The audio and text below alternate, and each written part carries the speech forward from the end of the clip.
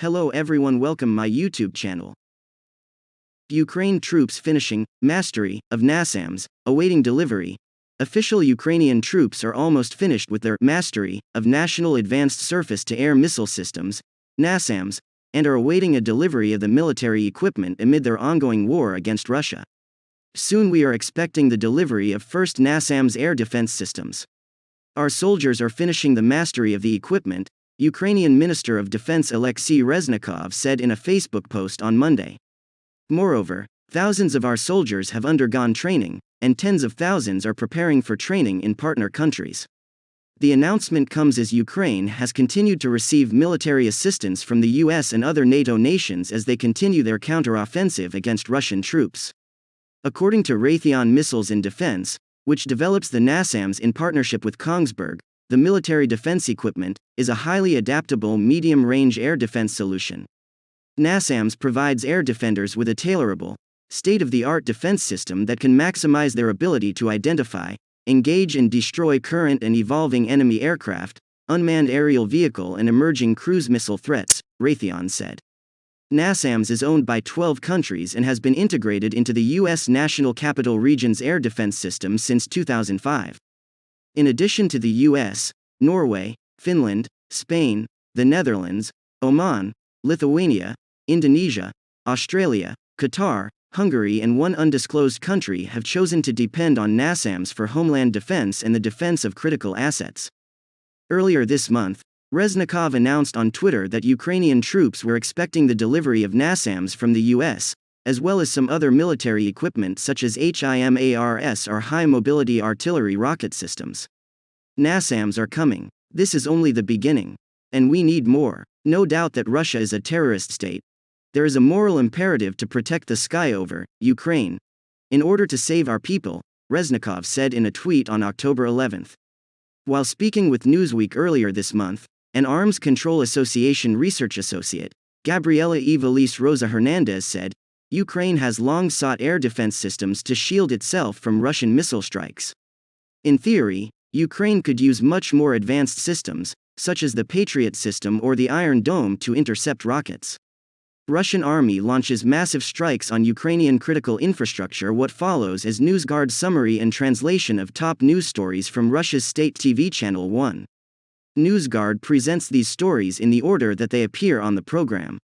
NewsGuard shares this summary as part of our mission to monitor and report all categories of misinformation, including Russian disinformation. Please note that these summaries of Russian state TV broadcasts may well contain falsehoods or propaganda, and NewsGuard does not vet them for accuracy or balance.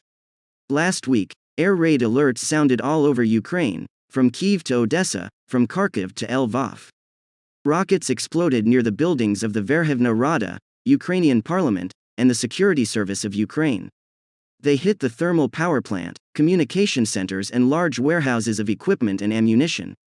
The Russian army hit 7 of the 29 critical infrastructure facilities in Ukraine, and is also gradually gaining control of them. This is how Russian President Vladimir Putin commented on the actions of our troops at a press conference after the summit in Astana, the capital of Kazakhstan. Russia has repeatedly warned that its patience is not infinite and that its response to Ukraine's actions has so far been restrained. The attack on the Crimean Bridge is like swearing allegiance to terrorists. Russia's tough response was long coming.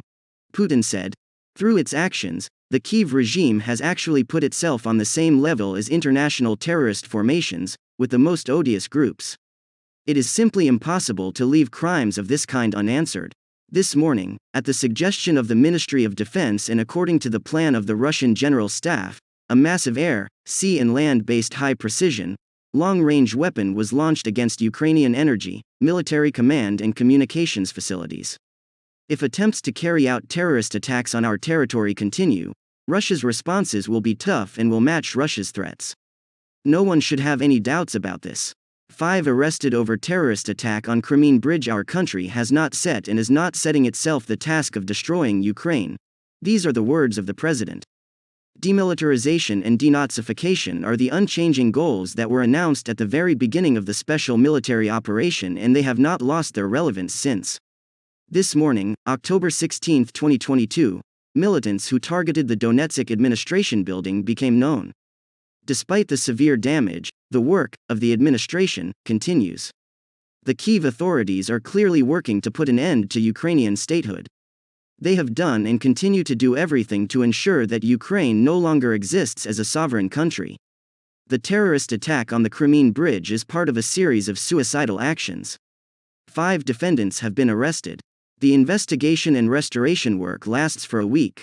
Hundreds of our specialists work non-stop. The pace is colossal.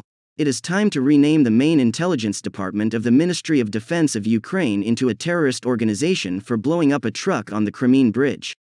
As the Federal Security Service, FSB, established together with the committee, it was the military scouts from Kyiv, headed by leader Kyrylo Budanov. The involvement of 12 people, from Ukraine, Armenia and Russia, who prepared the attack on the Crimean Bridge was established. At the end of the week, the District Court of Simferopol placed 5 defendants under arrest.